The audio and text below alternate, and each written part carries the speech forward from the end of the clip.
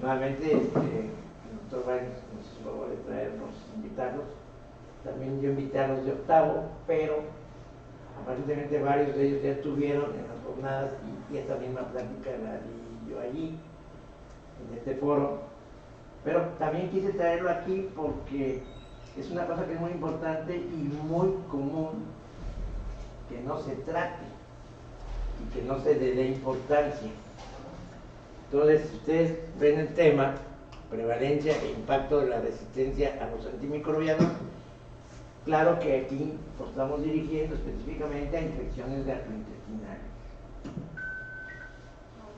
Todos estamos conscientes de que las infecciones, los procesos infecciosos, pues son causa de morbimortalidad importante. Claro, esto dio pie a que se crearan los antibióticos, ¿sí? Y que gracias a ellos, a los antibióticos, cambió la perspectiva y cambió el futuro de las infecciones. Pero en forma prospectiva, esto hizo que dio lugar, y ahorita vamos a ver una cosa muy interesante que les voy a mencionar, esto dio lugar a la resistencia a los antimicrobianos, que es un problema mundial y que va en aumento. Por eso me he permitido que esta plática presentarla en varios foros. ¿Sí?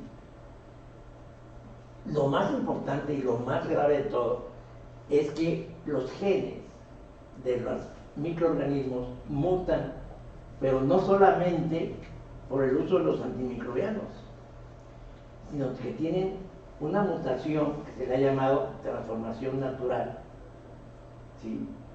En las que los microorganismos captan en su genoma los genes de bacterias que ya son resistentes y los integran. Entonces eso hace que tengamos no solamente mutaciones en los microorganismos por el efecto de los antibióticos, sino también una transformación natural. O sea que a final de cuentas el impacto de la resistencia antimicrobiana es una cosa natural. No la vamos a poder evitar en forma estricta. ¿Sí? Pero precisamente esto da pie a que se piense que para que los antimicrobianos sigan siendo efectivos, pues tienen que usarse menos y tiene que haber nuevos antimicrobianos. ¿Sí? Entonces, algo de generalidades, que podemos hablar de generalidades en este tema, es que la resistencia antimicrobiana pues es un proceso, como lo dije yo, natural e inevitable, ¿sí? Y se ha convertido en un problema de salud a nivel mundial debido a su incremento en los últimos años. También lo que mencioné, que la presencia de los antimicrobianos, bueno, vino a cambiar el futuro de las enfermedades infecciosas, pero es uno de los maravillosos resultados del desarrollo científico concretado en los trabajos de Louis Pasteur. Hay que recordar que la época de oro de los antimicrobianos fue de 1930 a 1960. Sí, esa es la edad de oro, pero estos trabajos de Louis Pasteur y de Roberto Koch establecieron lo que es la teoría microbiana de la enfermedad, el primero, y los postulados sobre causalidad, el segundo. Entonces siempre hay que darles su lugar a quienes les debemos muchas cosas. Pero los primeros en advertir y estudiar la resistencia a los antibióticos fueron Fleming y Walter Florey en 1945 con el descubrimiento de la penicilina. Y finalmente Paul Ehrlich en el 1908 sentó las bases de la quimioterapia y permitió el reconocimiento del potencial de los antibióticos en la cura de las enfermedades infecciosas. Esto ustedes, cualquiera de ustedes, si quieren ampliar un poco más los temas, pueden ir captando ahí las citas bibliográficas El que tenga más interés, pues lo puede hacer con mucho gusto, ¿no?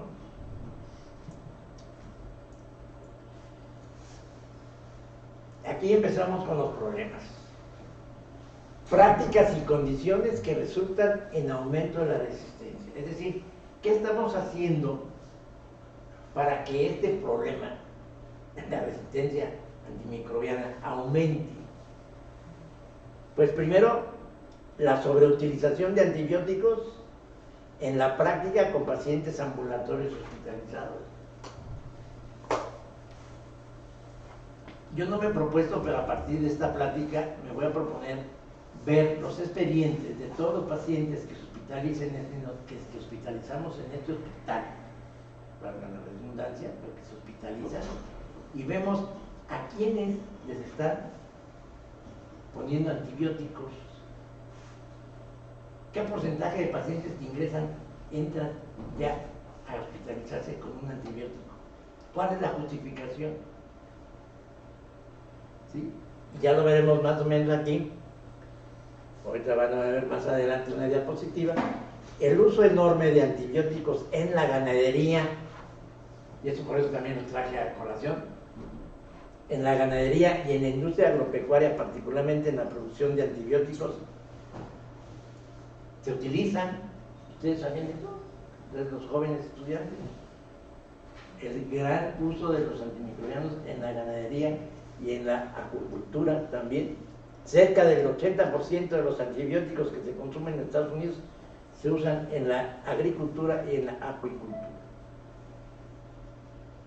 que es una cantidad exagerada.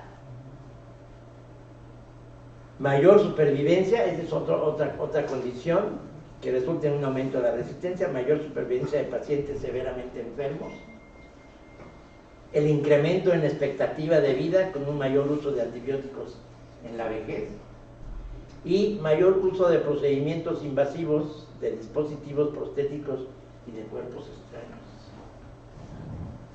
Algunos de los asistentes que están aquí tienen dispositivos prostéticos que seguramente usaron muchos antibióticos cuando les fueron instalados. ¿Sí?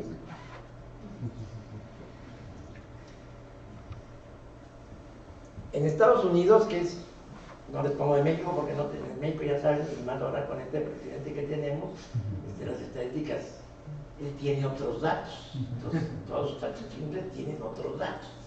Entonces, en Estados Unidos, que son más apegados a las estadísticas, ¿sí? Tenemos por kilogramos, por kilogramos, ustedes ven en humanos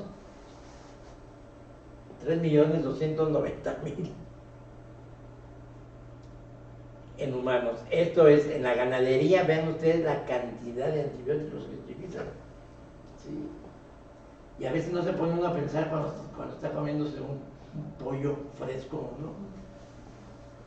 Muchas veces les dan antibióticos precisamente para evitar una serie de problemas. Claro, y con todo eso no pueden evitar las gripas aviares y las diferentes epidemias de infecciones en los ganados. Pero ahí están las cantidades que tienen Estados Unidos. Ahora bien, esto es lo que tenemos que ir analizando. Prácticas y condiciones que resultan en aumento de la resistencia. Primero, el uso irracional de los antibióticos en la consulta externa, principalmente en estas áreas. Infecciones del tracto respiratorio, gastrointestinales y de la piel. Yo quisiera, pero había estado aquí algunos otorrinos, para hacerles una pregunta a los otorrinos. ¿Qué porcentaje de pacientes de infecciones respiratorias ven y si son virales o bacterianas? Y yo les puedo apostar que, sin ser yo otorrino, el porcentaje más alto de las infecciones de vías respiratorias superiores son virales. ¿Sí?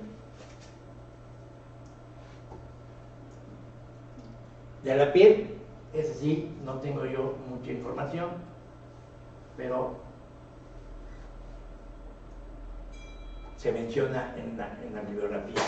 Y las gastrointestinales, bueno, ese es el pan nuestro de cada día, y aquí está Jaime que nos puede apoyar lo que yo digo.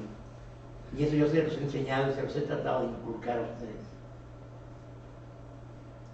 ¿Por qué? Porque estamos cansados de ver pacientes con diarrea que, en primer lugar, muchísimos médicos ignoran cuál es la definición de un paciente que tiene diarrea. Pero cualquier diarrea, el antibiótico. Y yo se los he enseñado a ustedes, cuando ustedes no están en sexto, pero los de octavo. Por amor de Dios, no prescriban antibióticos si no tienen ustedes la evidencia científica de que la diarrea es infecciosa. Porque uno ve a los pacientes, oiga, ¿y por qué le dieron este antibiótico? ¿Tenía usted fiebre? ¿Le hicieron algún estudio? No, nunca tuve fiebre. ¿Ustedes consideran que puede haber cuadros infecciosos gastrointestinales sin diarrea? Cuando sabemos que el 85% de los cuadros diarreicos se autolimitan. Entonces, ahí empezamos con estos problemas. Fíjense nada más, esto es escandaloso, ¿eh?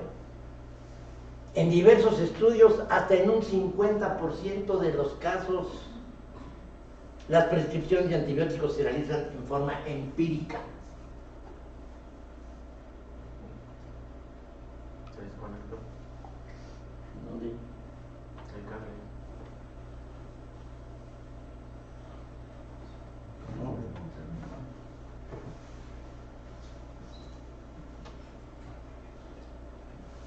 No, está conectado.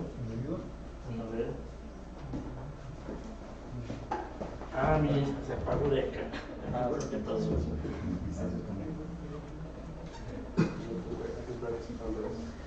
ver, sí, está conectado este cable, es el conector. Sí, se lo conectó de aquí.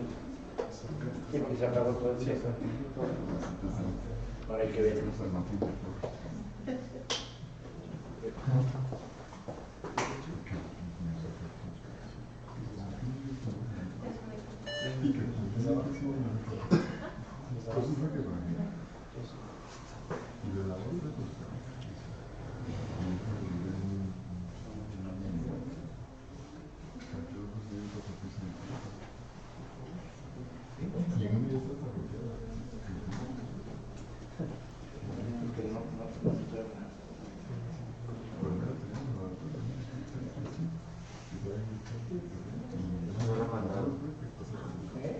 ¿Sí se pudo?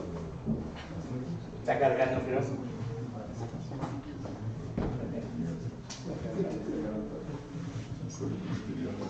Ya hay corriente, ya hay corriente.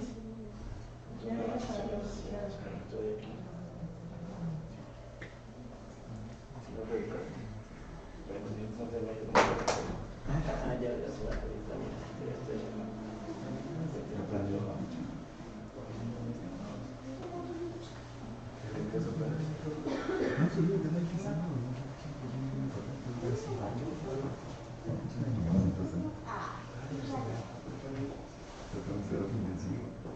Y a veces sí, se desconectó y además de que se fue la luz.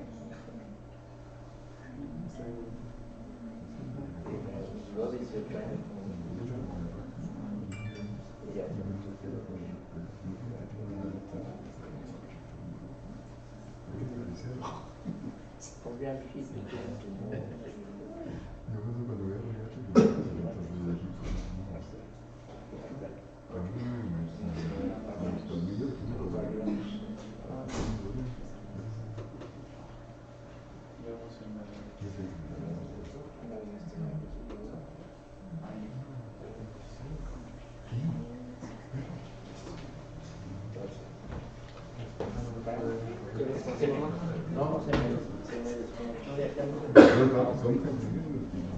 ¿Listo? Sí. No, disculpen la falla técnica.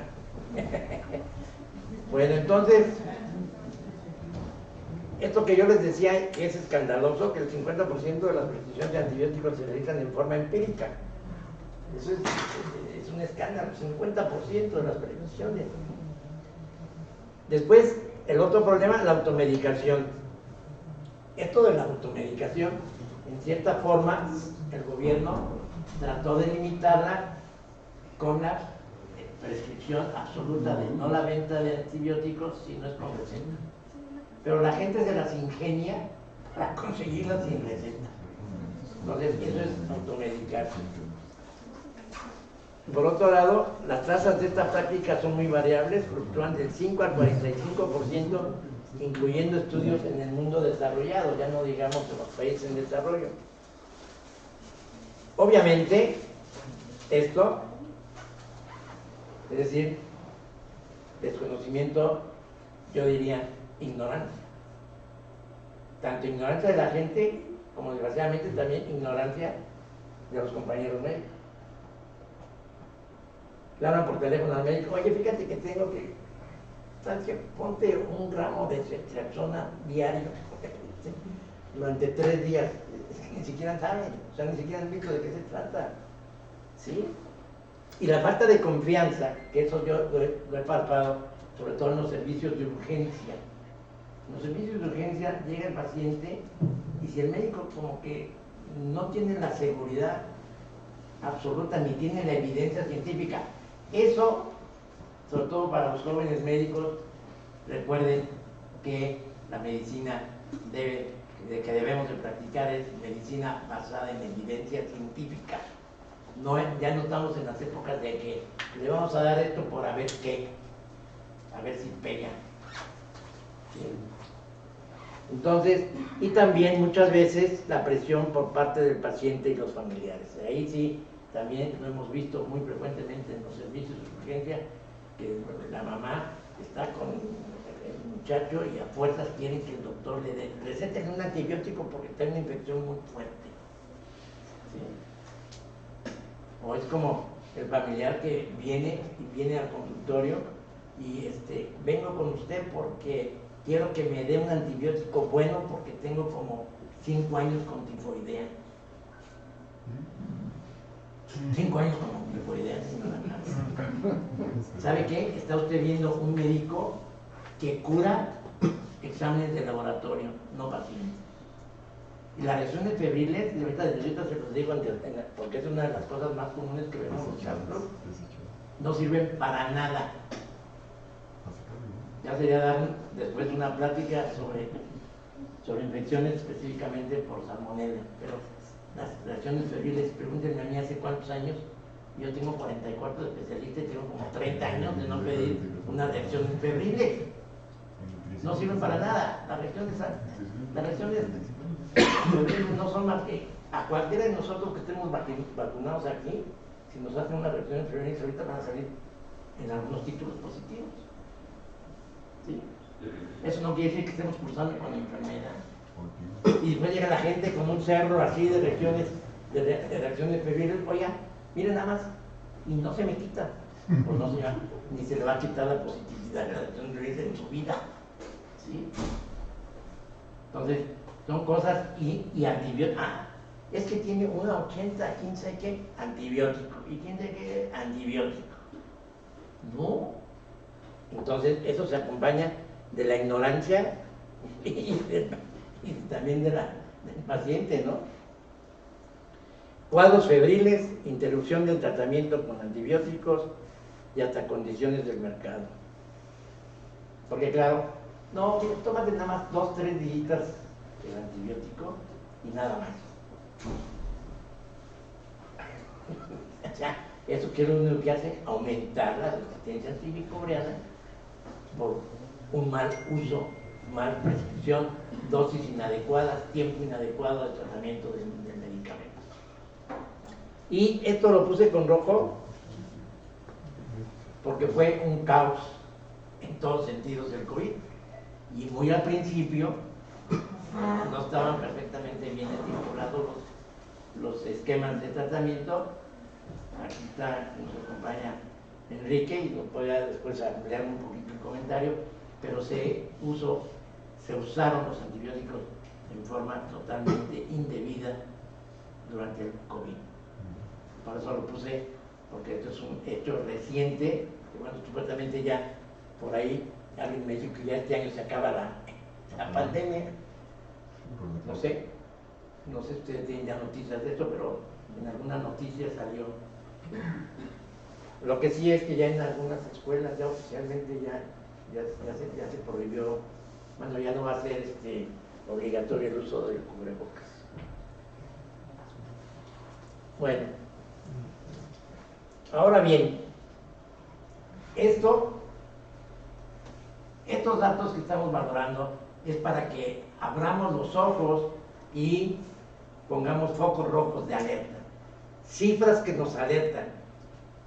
Primero, la resistencia antimicrobiana es por lo tanto un problema global que afecta a la salud humana y a la sanidad animal, así como a la ganadería, la agricultura, el medio ambiente, el comercio y por lo tanto a la economía mundial.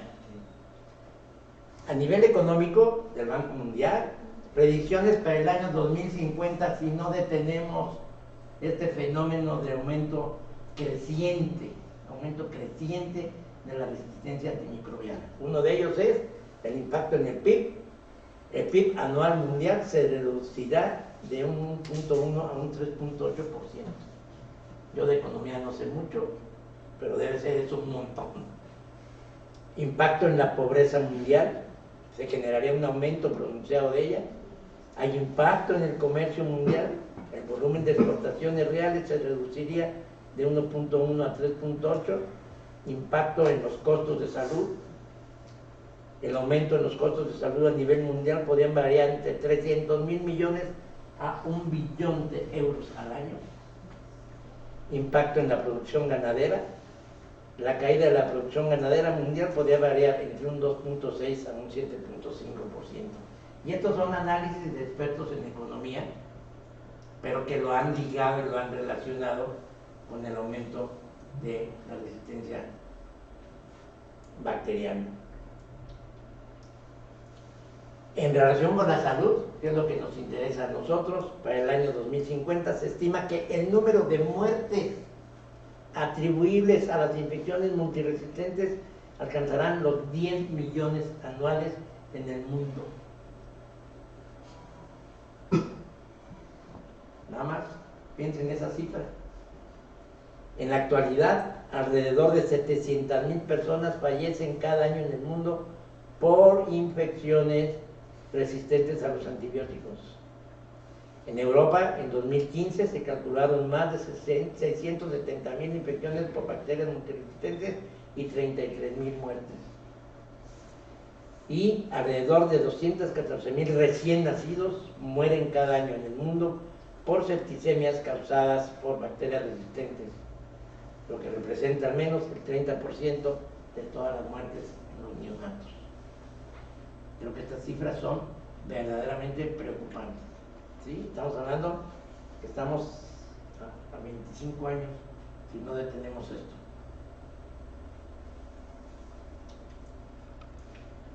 Causas y número de muertes, una pequeña gráfica de causas y número de muertes en el mundo en el año 2050.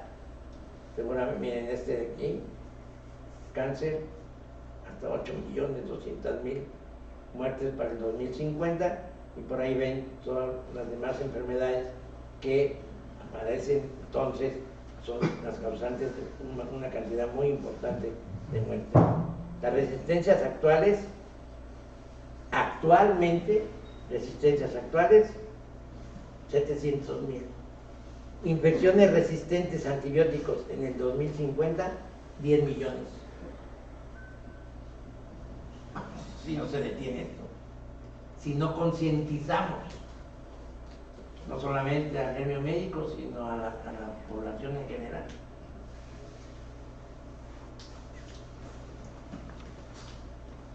Aquí tenemos esta gráfica, estimación de la distribución de muertes anuales por resistencia antibacteriana por continentes en el 2050.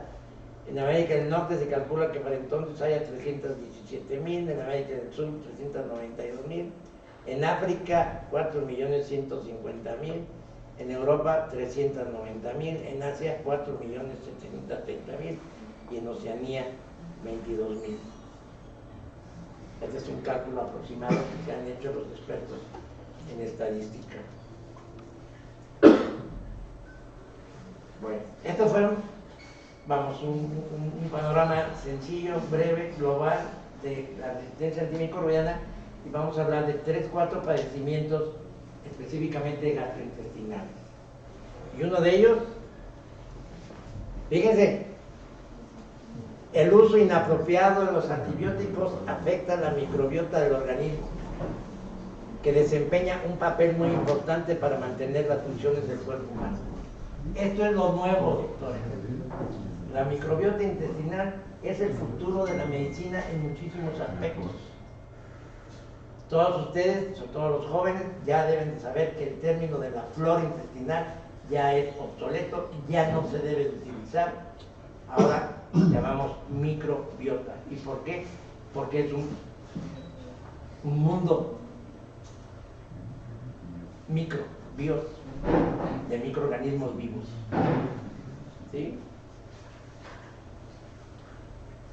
Y lo que ustedes no están conscientes y no lo saben todavía, uno de los juguetes, y aquí está el doctor Báez para que nos lo ratifique, el juguetito de los gastroenterólogos en la actualidad son dos cosas. Uno, todo lo relacionado con la neurogastroenterología, y dos, con la microbiota. Ahorita uno de los juguetes buenísimos de los médicos gastroenterólogos es, y no se vayan a reír, pero estamos encantados con el conocimiento de la caca, porque resulta que la caca es buena, ¿sí? Para que no le pongan ni le hagan muchos gestos, pero ustedes ya deben de tener conciencia de que ya hay trasplante de microbiota fecal, es decir, ya un padecimiento a nivel mundial que se está utilizando en esos pacientes. Les dan caca de otra gente. Claro, no crean que a cucharadas del baño, no. ¿Sí? Son liofilizados que se están utilizando, sobre todo principalmente en una infección que es la que se llama Clostridium difficile, que vamos a ver algunas cosas de ella. Y entonces empezamos con este bichito, el Helicobacter pylori, que vino a cambiarnos el conocimiento sobre todo la enfermedad acidopétrica. Por ahí ven esta diapositiva de este señor que está ahí, Premio Nobel de Medicina en el 2005, y aquí tuvimos el gusto de tener convivencia personal, de platicar con él, de tomar una copa de vino con Barry Marshall hace como 6 años en el Congreso Panamericano en Cartagena, Colombia. Helicobacter pylori. La infección por Helicobacter pylori es una de las más prevalentes a nivel mundial. Se estima que un 80% de la población ha sido infectada por este microorganismo, principalmente en países en vías de desarrollo. Y aquí les puedo platicar una anécdota que nos comentó el doctor Barry Marshall en una plática que nos dio él, porque era el invitado especial, y nos pregunta al auditorio: ¿quién de ustedes sabe cómo llegó el Helicobacter pylori a su país? Levante a alguien la mano. Nadie la levantaba. ¿Cómo llegó el Helicobacter pylori a México? Se supone que la transmisión es solo fecal. En helicóptero. En helicóptero, dice el doctor. Sí, se supone que la transmisión es solo fecal. Y por eso hay todavía muchos aspectos que todavía no se conocen. Y el doctor Barry Marshall, que tiene un centro de investigación en la ciudad de Perth, en Australia, nos mostró que ellos estaban haciendo, yo no he leído, hay una revista específicamente de Paul H. Pylori, una revista médica científica, pero no he leído yo artículos, o al menos en los congresos últimos en nuestro país. ¿Qué pasó con la investigación que el doctor Barry Marshall estaba haciendo? Porque él demostró, por ejemplo, que los aborígenes del centro de Australia, que viven casi en condiciones así de la época de piedra, fueron a buscar a una familia y se la llevaron. Hasta nos pasó la fotografía de ellos tapados los ojos, pero papá, mamá y un hijo. Sorpresa, esas personas, aborígenes australianos, no tienen helicobacter. Entonces, ¿qué? La bacteria viene en los alimentos, el Helicobacter pylori viene en los alimentos. ¿En qué viene? Entonces, son todavía algunas cuestiones que las podemos poner todavía como dudosas o que están en estudio. Importante erradicarla, ya que fue catalogado como cancerígeno tipo 1 por la Organización Mundial de la Salud y precisamente se relaciona con cáncer gástrico, linfoma asociado a mucosas, enfermedad ulcerosa péptica y gastritis crónica. Eso ya son conocimientos actuales. Pero el problema serio ahí viene. Los esquemas con los que empezamos a tratar, a erradicar la bacteria, vean ustedes. Primero, para que un esquema de tratamiento se considere efectivo, debe presentar el 80% de éxito en la erradicación. Cosa que es muy útil que hagamos la prueba de aliento después de un tratamiento para saber si efectivamente nuestro esquema erradicó el Helicobacter. Porque si la prueba de aliento sigue siendo positiva, fracasó el esquema de erradicación, la cual en los últimos años se ha visto afectada por la resistencia a los antibióticos. El esquema tradicional con el que iniciamos la erradicación de Helicobacter pylori fueron la combinación de amoxicilina y claritromicina, cosa que todavía en el mercado hay. Hay 2 productos en el mercado que tienen esta combinación, independientemente del IVP, del inhibidor del bomba. Que esto, olvídense, este año y va a cambiar muchísimo el manejo de la enfermedad ácido péptica con el advenimiento de unos nuevos medicamentos que ya no son inhibidores de la bomba de protones, que son los PCAPs. ¿Los qué? PCAPs, se llaman PCAPs, ¿sí? Yo creo que este mes, creo un laboratorio, creo que es Carnot, que van a hacer el lanzamiento del primer PCAPs aquí en México. Ya se están utilizando desde hace 2 o 3 años en Asia.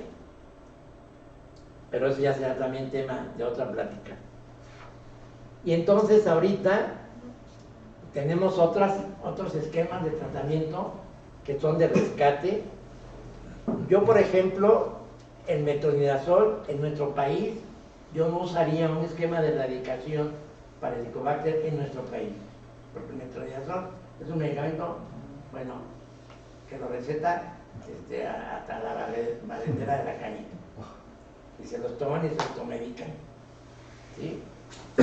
Pero las terapias cuádruples hay unas con bismuto y sin bismuto, fíjense, y el bismuto realmente es útil, pero si utiliza, por ejemplo, esto de rescate, puede ser IVP, amoxicilina, que bueno, actualmente me parece que la combinación, por ejemplo, de IVP con levofloxacina y acitromicina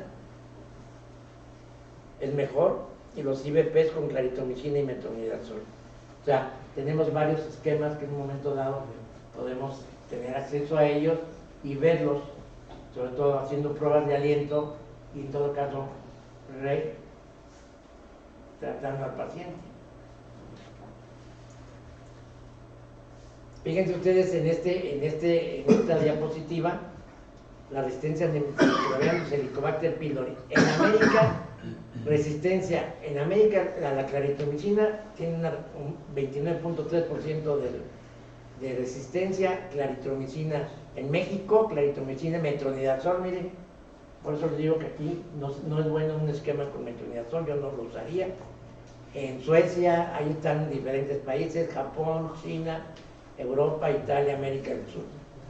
Grados de resistencia, en el porcentaje, aquí tienen ustedes esta gráfica, el metronidazol, hasta el 80% de los pacientes tienen resistencia antimicrobiana para el metronidazol en el Helicobacter pylori. En relación al Helicobacter pylori podemos concluir como receta para que se lleven a la casa, se puede concluir que de acuerdo con diferentes estudios nacionales como internacionales, que la resistencia al metronidazol hasta el 80%, la eritromicina hasta el 40% y levofloxacino hasta el 35%, la resistencia es elevada en distintas partes del mundo, por lo que su uso para erradicar esa infección es ineficiente. En cambio, la amoxicilina, la furazolidona y las tetraciclinas tienen un bajo porcentaje de resistencia, por lo que tanto pueden seguirse utilizando para erradicar esta infección. Entonces, el problema está que cuando salió, por ejemplo, el primer esquema que era claritromicina, amoxicilina, habían dos productos que venían combinados y era más barato usarlos que dándole al paciente por separado los medicamentos, pero ahora tenemos que usarlos separados. O sea, combinados los de abajo. ¿Sí? Los Combinados. El IBP combinado con esta forma. Los tres. Los tres, puedes usarlos cuatro, o sea, como cuatro, como pues, IBP más cuatro, más tres medicamentos. ¿Sí? Ahora bien, este bicho, pero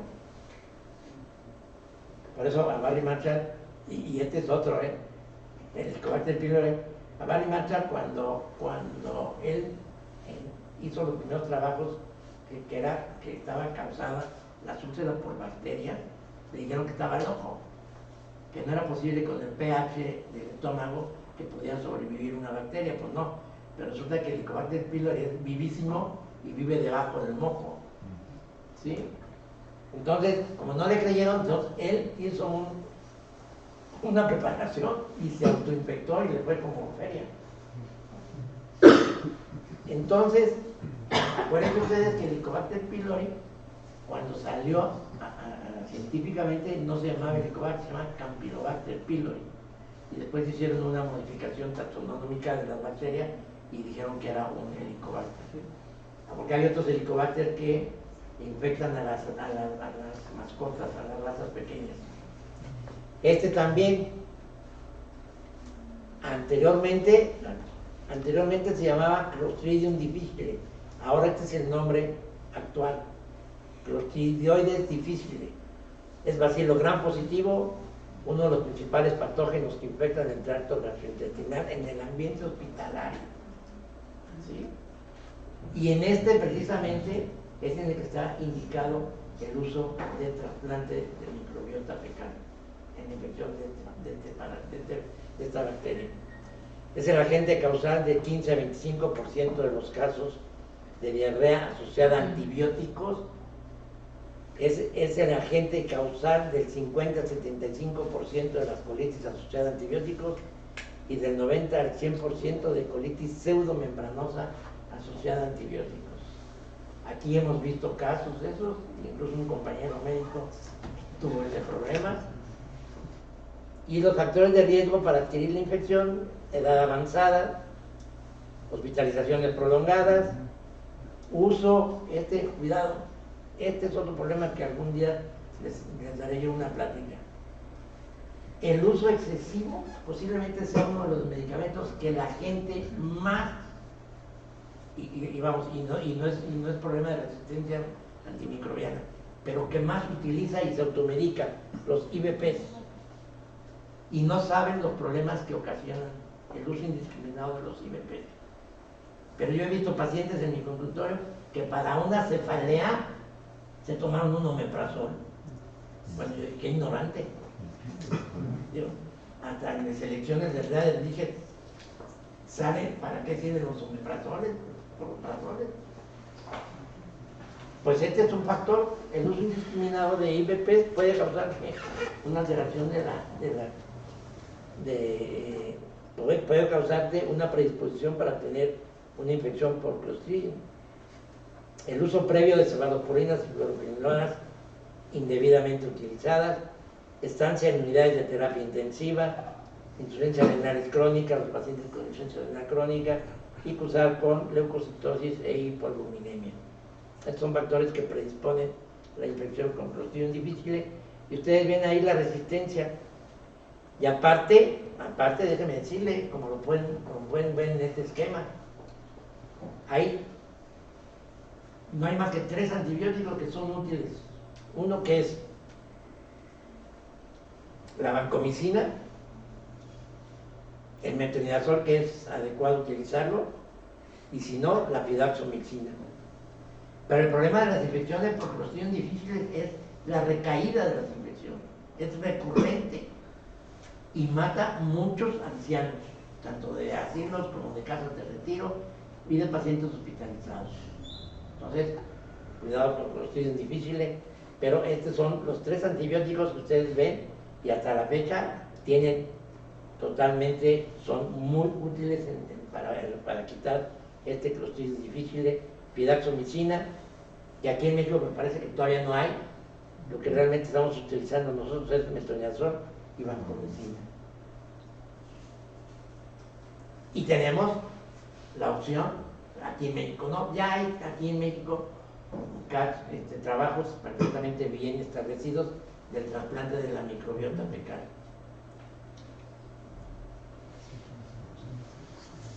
Alguna infección de Campylobacter jejuni y coli, que son otros causantes de cuadros diarreicos, ustedes lo ven.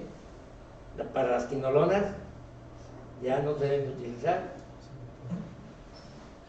y pueden tener opciones para utilizar cualquiera de estos otros antibióticos en infecciones por Campylobacter jejuni y coli. Escherichia coli es el principal responsable de las diarreas agudas en los países en desarrollo. Afecta principalmente a niños y se estima que es la causa del 10% de las muertes por cuadros diarreicos en menores de 5 años. Se conocen varios patotipos, siendo los más comunes la E. coli enterotoxigénica y la E. coli enteropatogénica. Y aquí están los antibióticos que tienen ustedes opción de utilizar, que sean los menos que tengan menor resistencia. Pues aquí tenemos cefotaxina y ceftriaxona 5.3, ¿sí? Porque hay otros ya, la ampicilina, amoxicilina, la sulfa, trimetoprim con sulfamethoxazol, ya tienen una resistencia importante, pero tenemos otras opciones. Yo no veo niños. Y la peritonitis bacteriana espontánea lo traigo porque los gastroenterólogos vemos en nuestros pacientes con cirrosis hepática. Es la complicación infecciosa más frecuente en pacientes cirróticos, causando una mortalidad del 32%. La etiología por bacterias gram positivas ha aumentado hasta el 62.5%, y los gérmenes más frecuentemente cultivados en peritonitis bacteriana espontánea, cuando tiene uno un paciente cirrótico con ascitis, con fiebre, etcétera, etcétera, porque hay que descartar que no hagan peritonitis bacteriana espontánea. Acuérdense que la peritonitis bacteriana espontánea se genera por translocación bacteriana, ¿sí?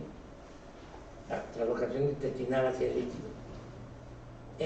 Y ahí tiene, fíjense, el problema es la resistencia de todos estos medicamentos. En la comunidad en antibióticos, las quinolonas, hasta el 50% de ellos son resistentes.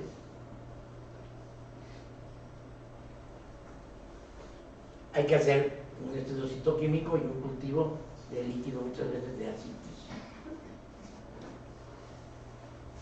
En conclusión, para dar finitito a la plática, la resistencia es un fenómeno inevitable, pero no debe ser una sentencia. La introducción de antibióticos es la tecnología que mayor reducción de la mortalidad ha logrado, pero como yo les decía al principio, hay que usar en forma adecuada y nuevos antibióticos. La pérdida de efectividad puede resultar en un incremento de las muertes por infecciones e impactar en diversos campos de la medicina. Es urgente evitar el uso de antibióticos con fines no médicos. es necesario mejorar la capacidad técnica y tiempo de diagnóstico, es necesario disponer de estudios de resistencia ampliamente distribuidos, se requiere establecer controles que se controlen todos los niveles y campos del uso de antibióticos, estimular la investigación y desarrollo de antibióticos, facilitar el desarrollo y producción de antibióticos y, importantísimo, la educación de la población general, incluyendo al personal de salud, sobre el uso apropiado de los antibióticos. El uso racional de los medicamentos, en este caso de los antibióticos, requiere que los pacientes reciban los que sean apropiados para sus necesidades clínicas, en las dosis apropiadas para sus requerimientos individuales, durante un periodo adecuado de tiempo y con el menor costo tanto para ellos como para sus comunidades. Es tiempo de considerar como un colofón a las bacterias nuestras amigas y no nuestras enemigas. Muchas gracias.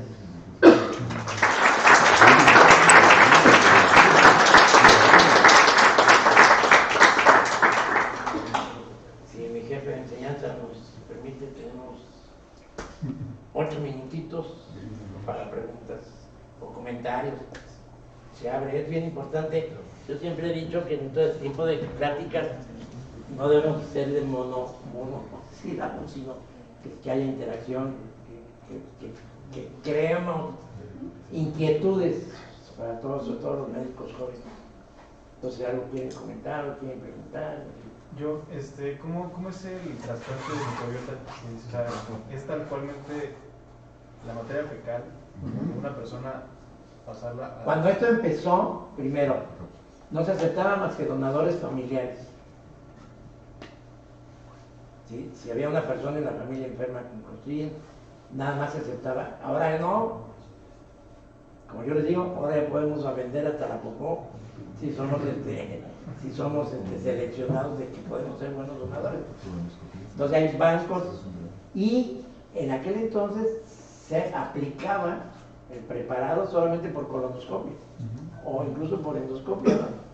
Y ahora ya no. Ahora se hacen cápsulas. En cápsulas de preparación, liofilizados, ¿sí? Pero para eso pues hace un estudio así como de donadores, ¿sí?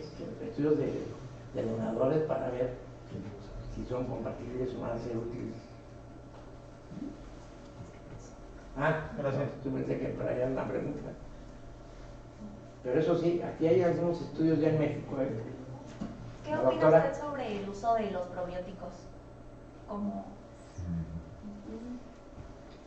La otra cosa con la que estamos encantados es con eso. Y esto, después voy a dar una plática sobre los probióticos. Los probióticos, más o menos hace 107, 108 años, un investigador ruso fue el que acuñó el nombre de BAL. Son bacilos ácidos lácticos, los probióticos. Pero ahora, en los conocimientos actuales, ya sabemos que además de probióticos hay prebióticos y simbióticos. Cualquiera, bueno, los prebióticos casi vienen ya en alimentos o en preparados comerciales, ¿sí? La inulina, cosas de esto. Ya les daré yo una plática de eso. Pero el más completo que estamos usando en la terapéutica médica son los simbióticos, porque constituyen los dos, traen prebióticos y probióticos. Pero hay muchas cosas nuevas todavía sobre esto y muchas cosas que se desconocen. Si ustedes ven en la industria farmacéutica, estos preparados no dicen que son medicamentos, dice complementos de alimentación. Y no vienen ni en gramos, ni en miligramos, vienen en UFC, unidades formadoras de colonias. ¿Sí? La gente me dice, oiga, ¿y si me tomo mi yogur y mi cajul? Pues tiene como 20 unidades formadoras de colonias. Cuando los simbióticos hay que traen 10.000 millones de unidades formadoras de colonias, ¿no? 10 billones de unidades formadoras de colonias. Pero todavía no se considera Y aquí es una pregunta muy interesante porque vamos a suponer, yo tengo un paciente con un cuadro diarreico, le hago incluso un coprocultivo y me dicen es por tal cepa de Escherichia coli. ¿Cuál es el mejor simbiótico o probiótico para este paciente? No se ha determinado, no se sabe. Es el Heterogenismo. Esa cosa mucho los pediatras, Jorge. Entonces, precisamente en ese panel de discusión que tuvimos en un taller en Colombia, porque en Colombia fue, en ese año, en ese Congreso Panamericano, fue cuando se vino el boom de los nuevos conocimientos y que muchos trastornos del aparato digestivo dieron lugar a que se publicaran los criterios de Roma 4. A la única conclusión que se llegó en todo el auditorio es que los probióticos, prebióticos, simbióticos te los puedes tomar por kilos y no te pasa nada, no causan ninguna toxicidad. ¿Sí?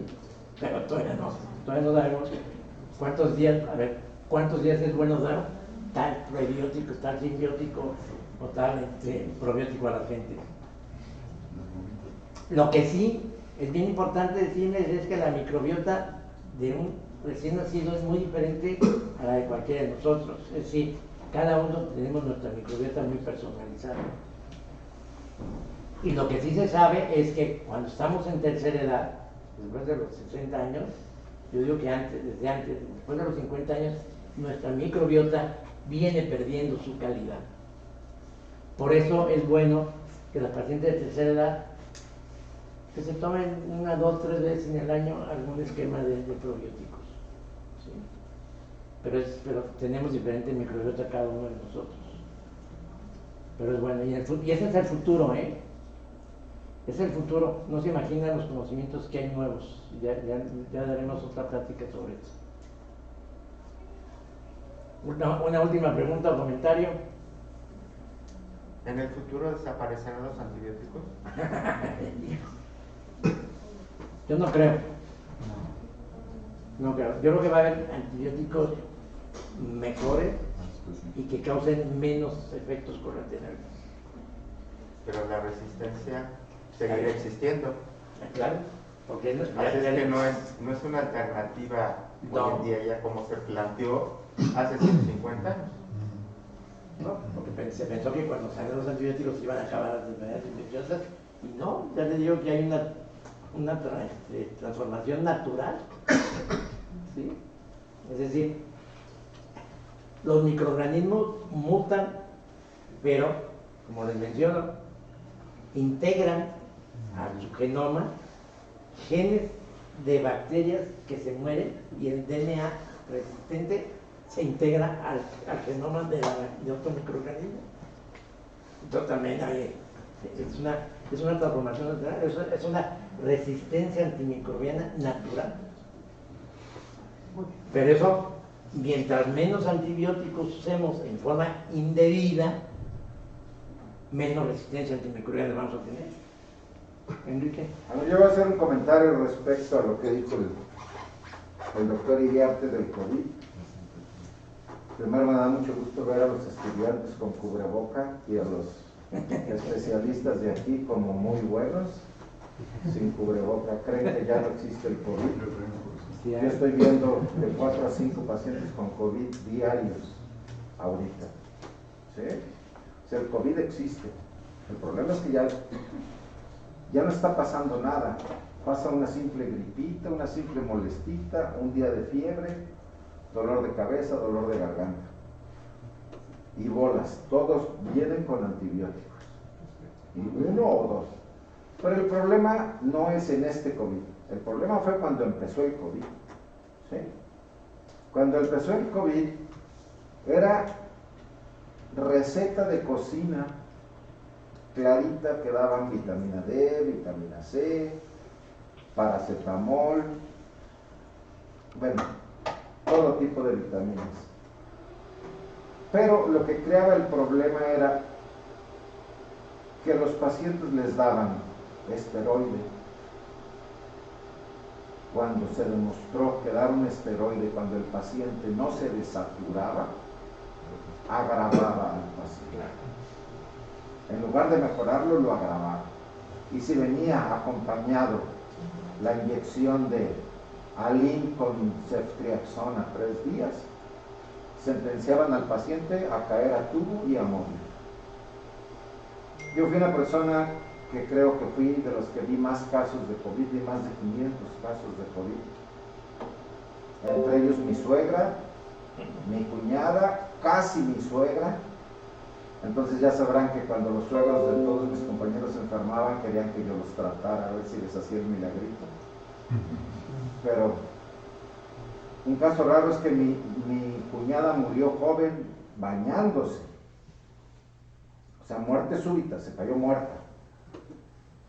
Entonces, este fue un caso de tromboembolia pulmonar. Entonces, en el COVID no había que recetar más que checar y checar. Si el dímero estaba elevado, usar heparina profiláctica, paracetamol. La ivermectina ahora sí ya se comprobó que no, pero al principio la utilizamos de lleno y cuando menos en mi caso funcionó.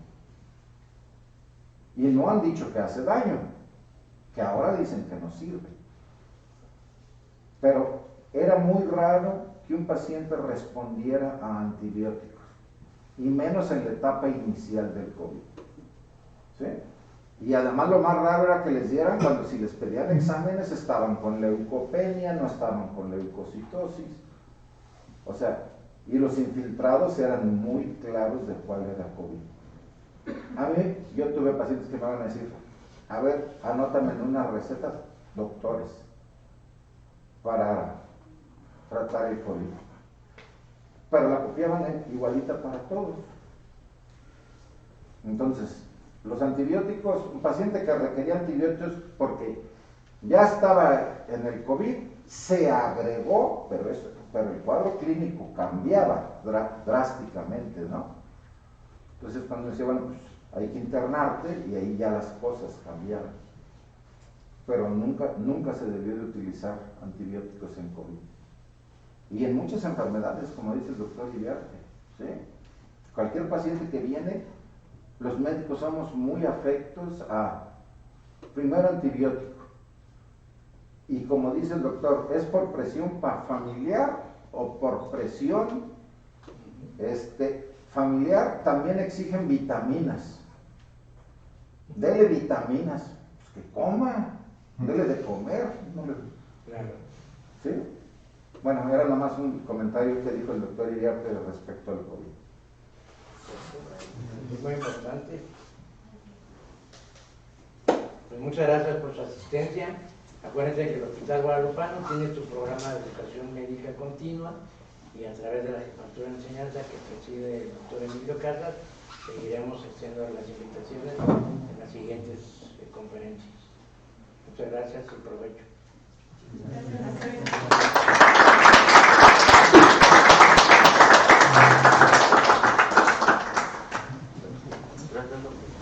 No, de nada. Gracias, doctor. No, contrario a ustedes.